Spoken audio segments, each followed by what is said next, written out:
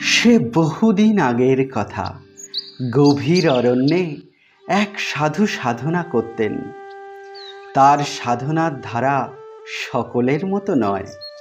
সকাল থেকে সন্ধ্যা পর্যন্ত তার মুখে ভগবানের নাম অন্যরকমভাবে শোনা যেত। শুধু সারা অরণ্যে তার গভীর সুমিষ্ট কণ্ঠস্বরে ধ্বনিত হতো দুটি বাক্য, তুমি প্রেমময়, তুমি কৃপাময়।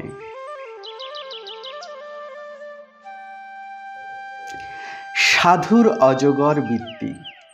ভিক্ষার জন্য গ্রামে লোকালয়ে যেতেন না। যে গাছতলায় বসতেন সেই গাছের ফল পড়লে দুটি হাত জোড় করে বলতেন, তুমি প্রেমময়, তুমি কৃপাময়। নিজেকে রক্ষা করার জন্য কোনো আগ্রহ তার ছিল না, তাই পর্ণকুটির তৈরি করেননি। যে কোনো হিংস্র জন্তু, সাপ, বাঘ, ভাল্লুক তার সামনে পড়ত, অমনি তার হৃদয়ের গভীর থেকে উঠত সেই মহাবাণী, তুমি প্রেমময়, তুমি কৃপাময়।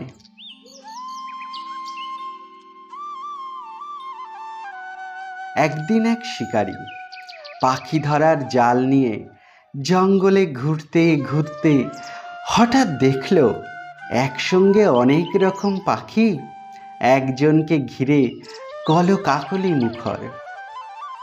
শিকারী ব্যাপারটা বুঝবার ও দেখবার জন্য একটি গাছের উপর উঠল।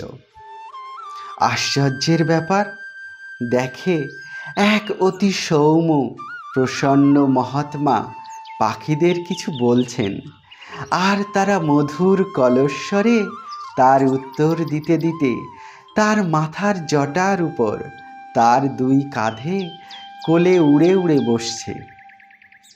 শিকারী এই অপূর্ব দৃশ্য দেখে মোহিত হয়ে গাছ থেকে নেমে এলো। তারপর জাল গুটিয়ে ধীরে ধীরে মহাত্মার দিকে চলল। কিন্তু এ কি, যতই এগিয়ে যাচ্ছে মহাত্মার কাছে পৌঁছাতে পারছে না। কিভাবে যেন মহাত্মা আগের মতোই সমান দূরত্বে থেকে যাচ্ছেন। তার মনে হলো হিংসাবৃত্তি নিয়ে আছে বলেই সে ওই মহাত্মার কাছে এগিয়ে যেতে পারছে না। নিজের মনের দিকে তাকিয়ে দেখল সেখানে শুধু পাখি ধরার প্রচণ্ড লোভ। থমকে গেল শিকারী। হঠাৎ এক মধুর গম্ভীর কণ্ঠস্বর তার কানে এলো, তুমি প্রেমময়, তুমি কৃপাময়। কি যে ছিল ওই কণ্ঠস্বরে, ওই বাক্যে! শিকারীর মন যেন মুহূর্তে একটা লোভের জাল থেকে মুক্ত হয়ে আনন্দে ভরে গেল। এবার সে দেখল পথ ছোট হয়ে আসছে।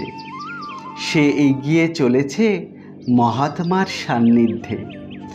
দেখল একটা আলোর বৃত্ত মহাত্মার মাথার চারিদিকে ঘুরছে। তার জটা ভাস্বর, তার অবয়ব ভাস্বর। পার্থিব দেহ যেন নয়, আলো দিয়েই তনু গড়া। শিকারী কাছে আসতেই পাখিরা হঠাৎ একসঙ্গে উড়ে আকাশে চলে গেল। শিকারী বসে পড়ল। এতদিন বনে বনে শিকার করে, কই এই মহাত্মাকে তো চোখে পড়েনি। দুই হাত জোড় করে সে প্রণাম জানায়। তার মনের গাঢ় অন্ধকার পরতে পরতে খুলে মিলিয়ে যাচ্ছে। সত্তায় প্রবেশ করছে আলোর ধারা। দুটি প্রেমময় চোখ কৃপা বর্ষণ করছে। তার অন্তর্লোক স্নিগ্ধ কোমল হয়ে আসছে। শিকারী স্তব্ধ। তার পা দুটি যেন গাছের মতো মাটির সঙ্গে আটকে রয়েছে। ধীরে ধীরে তার সামনে ফুটে উঠতে লাগলো এক বিচিত্র ঘটনার পটচিত্র। মহাত্মা মিলিয়ে গেলেন। সে দেখল দুটি বন্ধু বনের পথে চলেছে। একজন অতি সুন্দর কোমল মুখচ্ছবি, তার কেশ বেশ সবেতেই আভিজাত্যের ছাপ। অপরজন শক্ত সমর্থ, দীর্ঘকায়, খেটে খাওয়া মানুষ তিনি। চোখে তার দুরন্ত লোভ। দুজনেই ক্ষুধাতৃষ্ণায় ব্যাকুল।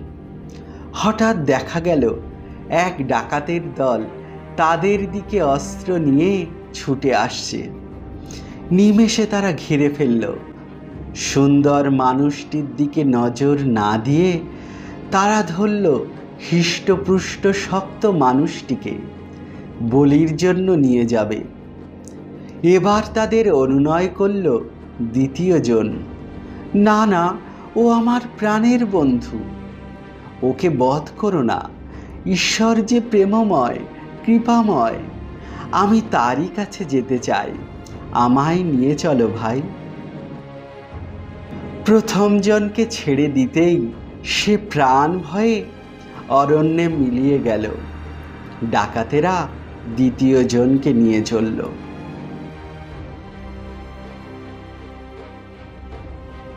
এরপর আবার অরণ্য, গাছপালা ও সাধু মহাত্মাকে দেখতে পেল শিকারী। চিনতে পারল মহাত্মার স্বরূপ। এই তো তার জন্মান্তরের বন্ধু, যাকে ডাকাতের হাতে ফেলে সে নিজের প্রাণ বাঁচিয়েছিল। সেই বন্ধু যে প্রাণ অর্পণ করে পরম প্রেমে তাকে বাঁচতে দিয়েছিল। হঠাৎ মহাত্মা তার পদ্ম আঁখি তুলে তাকালেন শিকারীর দিকে। মুখে তার মধুর হাসি, কণ্ঠে বেজে উঠল সুরের ঝঙ্কার, তুমি প্রেমময়, তুমি কৃপাময়। শিকারী নত হলো, হাত জোর করে সেও উচ্চারণ করল মহাবাক্য, তুমি প্রেমময়, তুমি কৃপাময়। জন্মান্তরের আর বর্তমান জন্মের সৎসঙ্গের মহিমা তার সব কর্মের মালিন্য মুছে দিল। প্রাণদানের অপার মহিমা কেন যে বুঝতে পারেনি সেদিন, আজ জানল সে দান ঈশ্বরের কৃপায় হয়েছে প্রেম। নিঃস্বার্থ আত্মবলিদান তার জন্মান্তরের বন্ধুকে দিয়েছে এমন বিরল সাধু জন্ম, যার সান্নিধ্যে এসে বনের হিংস্র পশুও পাশব বৃত্তি ভুলে যায়। তাকিয়ে দেখে আকাশ বাতাস প্রেমে ও কৃপায় মাখামাখি হয়ে গেছে। ঈশ্বর যে প্রেমময়, ঈশ্বর যে কৃপাময়।